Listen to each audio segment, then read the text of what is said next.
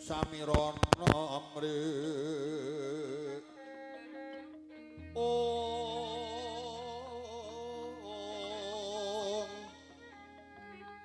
Sekar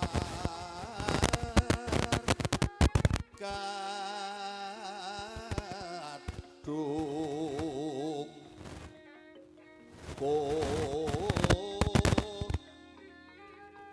Ngas Gandamyo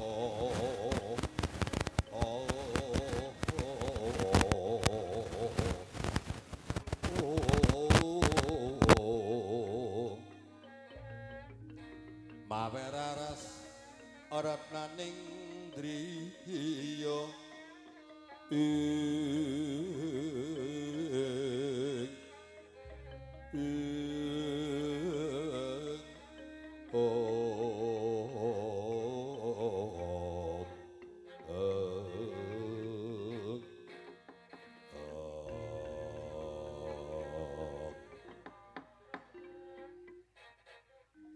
Kakang Udawa ya kaya mengkono iki pakarti kang becik tindakno ing sak lawas-lawase Kakang Udawa. Ih, sendika dawuh Kanjeng Sinuwun.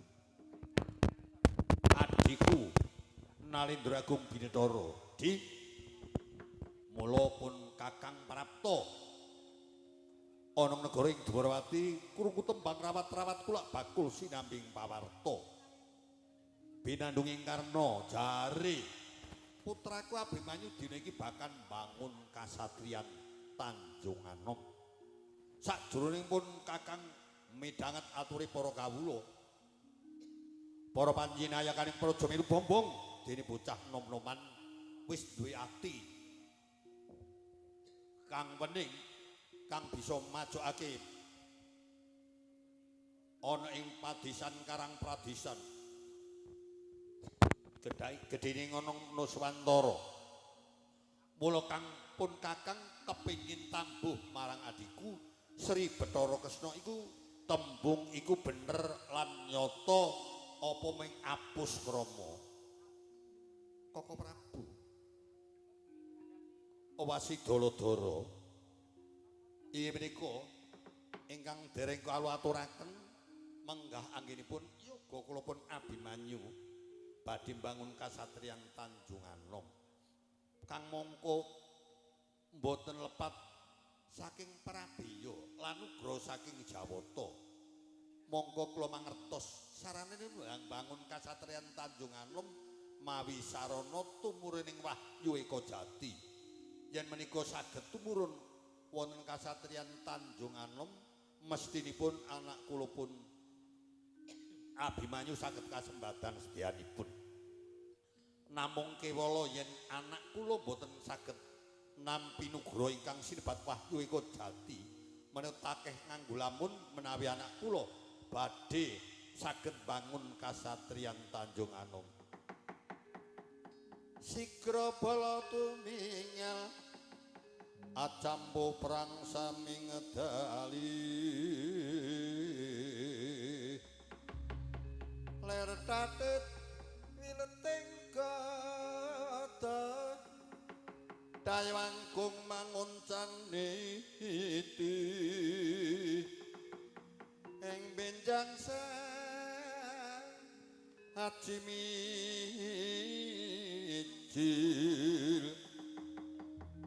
latinya ngedali wuwus terus to Surawilaga kaya buta sima wragil pasti jangga dendanya mangambak boyo.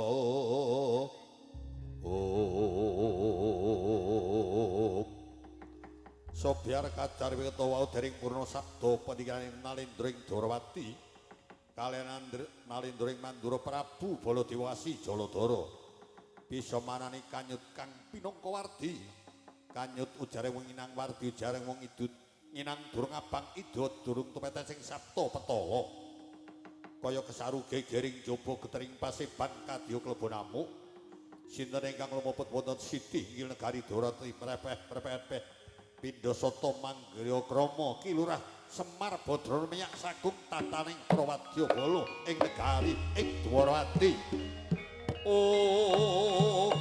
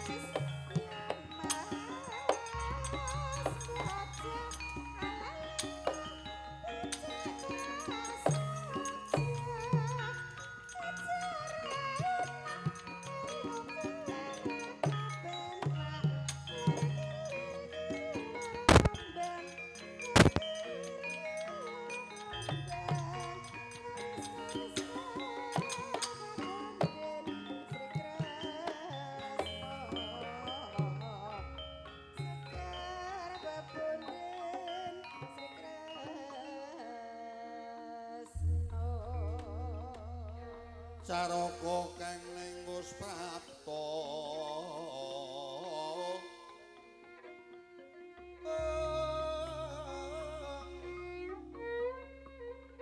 Lilanana matur mawantya wantya mawantya wantya ngecungaken astanira kalih pisan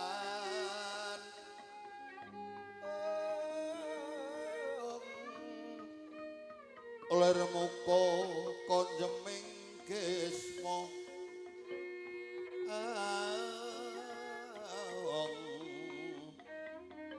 yen ngendika gawe bronto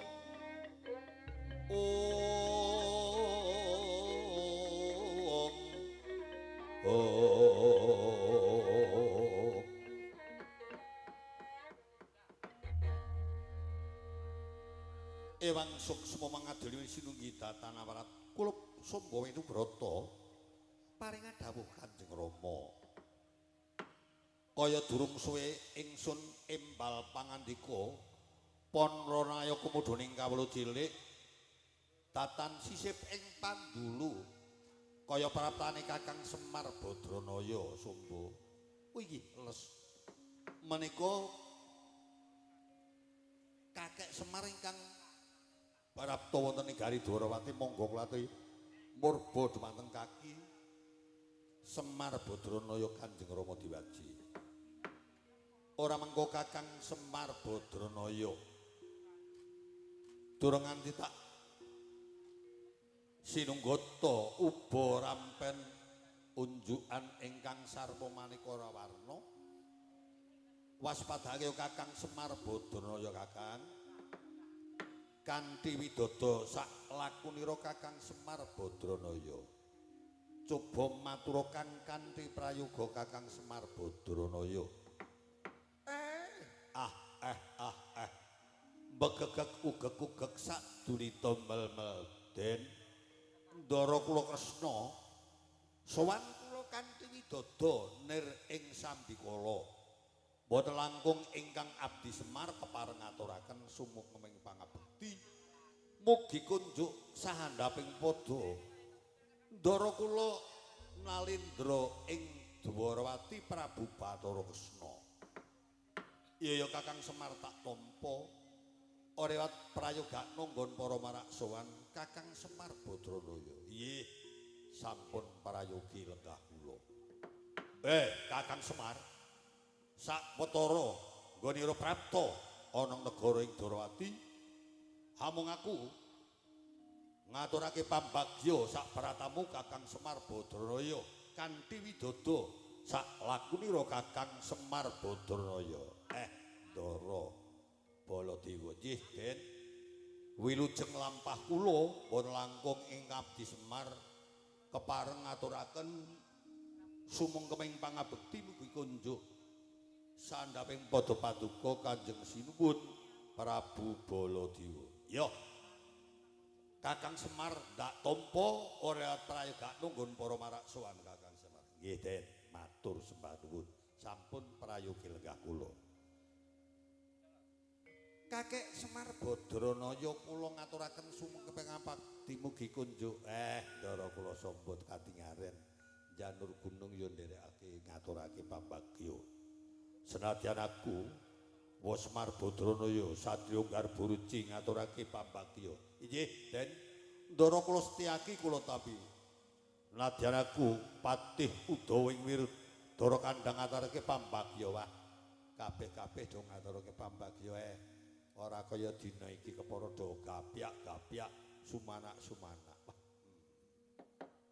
Kakang Semar Badranaya kados pundi, Den? Sadurunge aku mundhut prisa iki saka bungahing kadang Pramuladi Pramusugata karana praptane Kakang Semar Badranaya diaturi unjukan miwah nyamikan uba rampe dedaran ingkang kabeh wis madya ing sasana buka mula Kakek Semar Badranaya kepareng ngunjuk sarta dahar ora sah mangge ringa-ringa sangga runggi mardikaning penggalih ingkang kasuwun para pramuladi Kakang Semar. Wong ki nek bejo ora kaya nek wong bejo, nek cilaka ya ora kaya wong nek cilaka.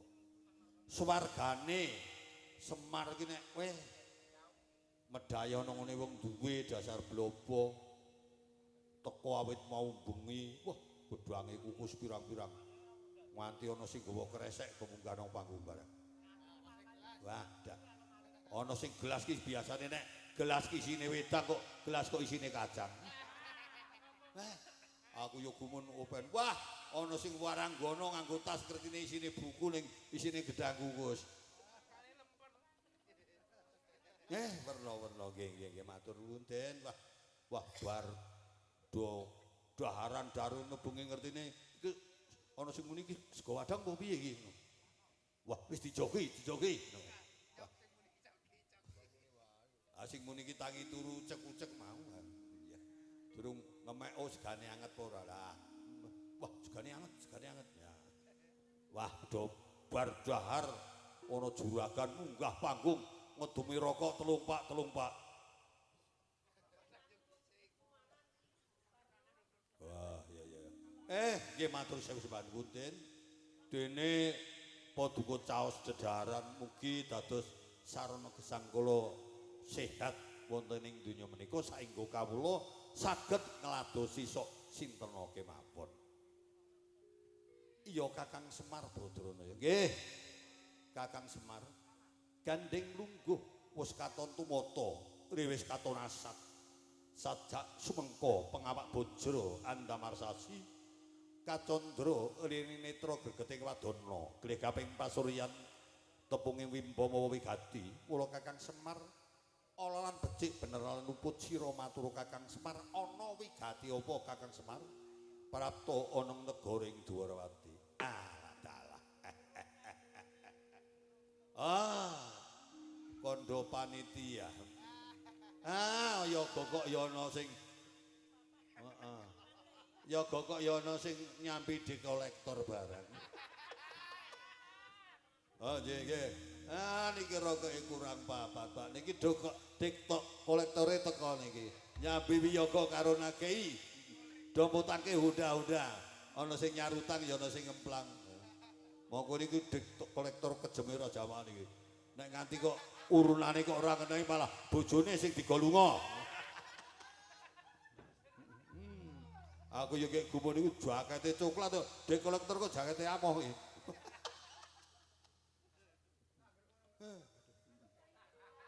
Mula aku dincip karo jumbo kon mayang di jumbo. Dadi jogloku mayang, Pak. Dalange megelang tak undangane kabeh jar aku mayang nang kono ki lakone apa aku.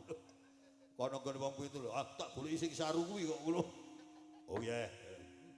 Ya syukur-syukur. Aku nek duwe kanca sregep-sregep ngene iki seneng kok. Ora mung miyaga dadi mendring bareng ning aku ya seneng. Lah sing dimendringke apa Kakang Semar? Oh niki wong jaket coklat iki nek barange ora ana ya bojone sing dimendringke. Lah aku seneng ya anak iki ya anak sinden iki jejelinge bajingan kaya Pak niki. Angger takon ngono iki kae Sulami itu kan min nembang min. Kuwi kapane pakmu kuwi. Nek nang omah pakku nek kono ya rombongan alah ku ya bajingan kok Pak ngene iki. Wah. Den sakteripun matur. Waduh iki meneh ana. Wah, lah kok turun gendro Pakne. Wah, Pakne blegendong. Wah, adidasmu piye? Wong anake kok ora dakoni iki pancen arep pancen.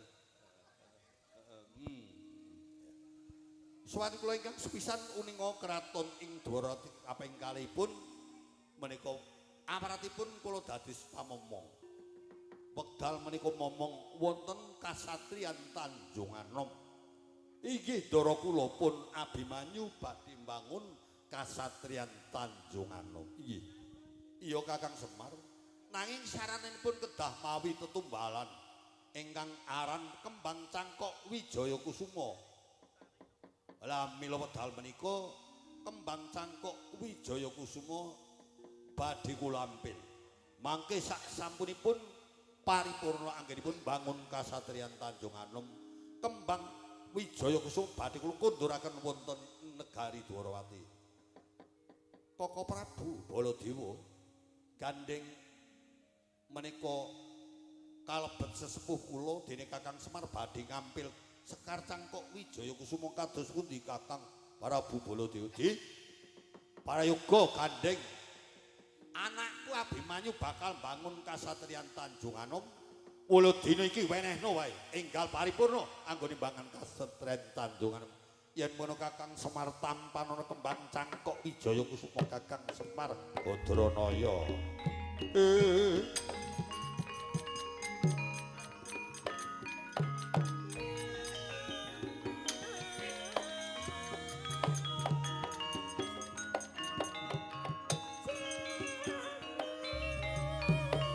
Nyuwun pamit.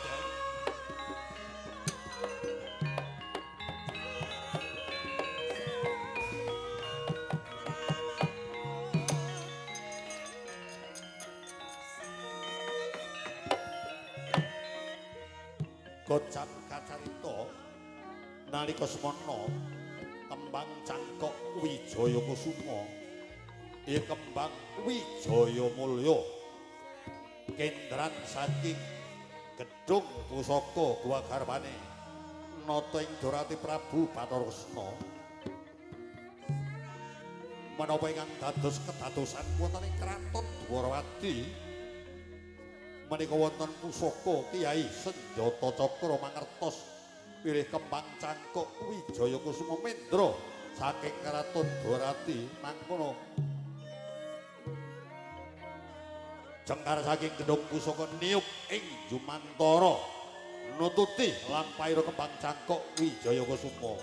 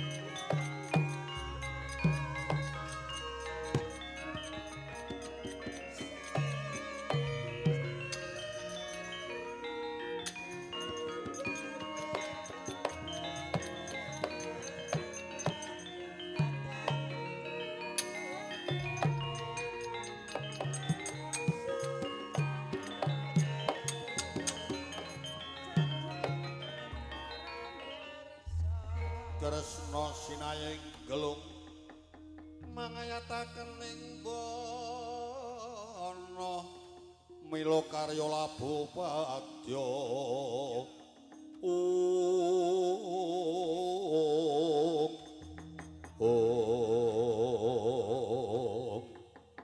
Koko Prabu Baladewa Wasi Jaladara ana wigati wani menika Kembang Cangkok Wijaya Kusuma sampun kendran saking asta kula pramila mbok bilih kala wau inggih menawi Kakang Semar ingkang saestu.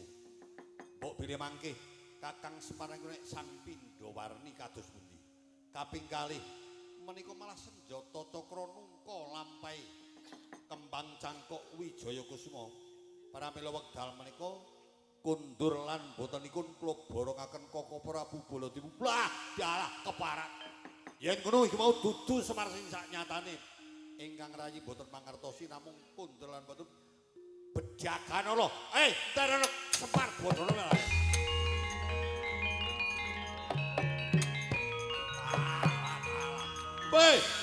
Madeg barat. Wah.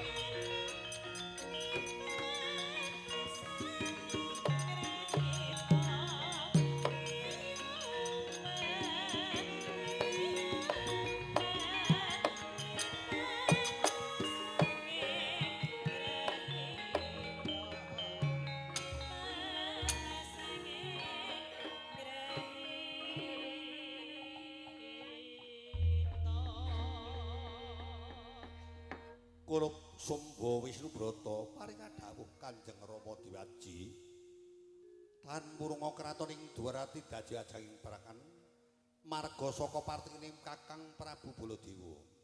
Wah, Kakang Semar Badranaya kang wektu dina iki bakal ngampil kagungan ingsun sinebat kembang cangkok Wijaya Kusuma. Mula Jawa gaing kang reya metu njaba awat-awat antarane Kakang Prabu Baladewa lan Kakang Semar.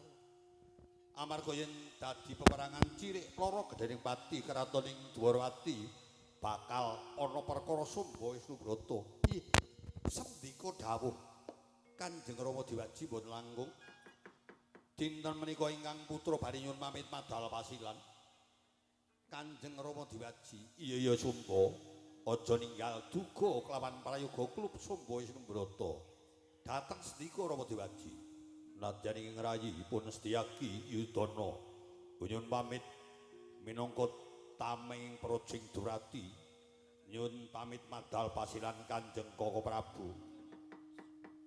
Yayi Setyaki aja ninggal dugelan prayoga nggih dhateng sendika. Nadyan ing abdi kepatihan nyuwun pamit madal pasilan Kanjeng Siwun. Kakang Patih Udawa aja ninggal dugelan prayoga inggih sendika dawuh. Rampung pengandikaning Rasulina Nartawarsa ngluwi sabda pramana. Sabda mangucap pramana sungarane mengucap sepisan dadi. Lir mangsi tuping dlancang setotan kena lebek laing mriku. Arsa kundur medhaton yen Cinandra Nalendra ing Dwarawati pindha cecundhukan kembang kapas. Munggah bang kapas. Reruntungan.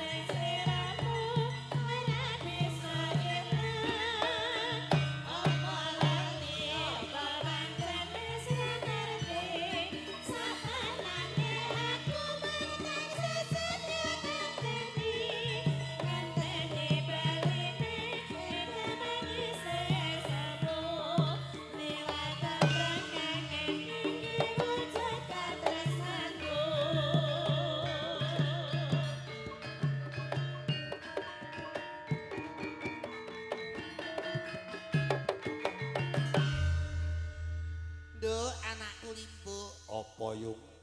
Rumangsa bunga kang tanpa pepindhan dene awan iki lan mau bengi sewengi.